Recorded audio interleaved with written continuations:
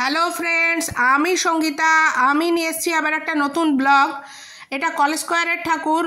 আজ থেকে কালকের থেকে হয়তো সম্ভবত হালকা হালকা ভিড় ছিল, আজ থেকে তো প্রচণ্ড ভিড় শুরু হয়ে যাবে। আর এই হচ্ছে ভেতরের প্যান্ডেলটা, আপনাদের দেখানোর চেষ্টা করছি। ইটালির সংসদ সম্ভবত ওরা বানানোর চেষ্টা করেছে।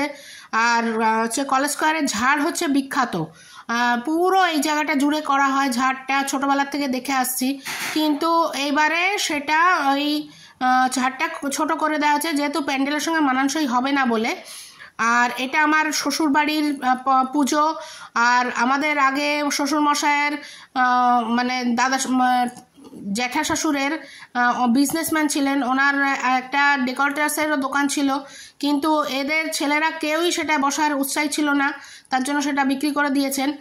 আর এই মালপত্র এখানে যেত, আমাদের এই কলেজ স্কোয়ারের সমস্ত ওরা নিয়ে নিত ডেকোরেটসের জিনিসপত্র। আর এইখানে ছোটোবেলার থেকে আমার হাজব্যান্ডরা এই পুজো দেখে বড়, এখানেই যুক্ত থাকতেন। সোমেন মিত্র আসতেন এর উদ্বোধন করতে, এখন তো উনি নেই, অন্য কেউ করবেন এই উদ্বোধন। আর হচ্ছে এই কলেজ স্কোয়ারের যেটা আছে তারই সামনেই, জলের সামনে এই প্যান্ডেলটা করা হয়। আর প্রচুর লোকের সমাগম হয়। এই যে এখান থেকে একটা গেট করা হবে ঢোকার, আর ঘুরে পেছনে অনেকটা ঘুরে পেছন দিক দিয়ে বেরোতে হবে। আর চারপাশে সবাই পসরা সাজিয়ে বসবে, নানা রকম খাবার দাবার এইসব থাকে বাইরের দিকটায়, ভিড়ে ভিড়াক্রান্ত। আর তখন এই কলেজ স্কোয়ারকে চেনাই যায় না।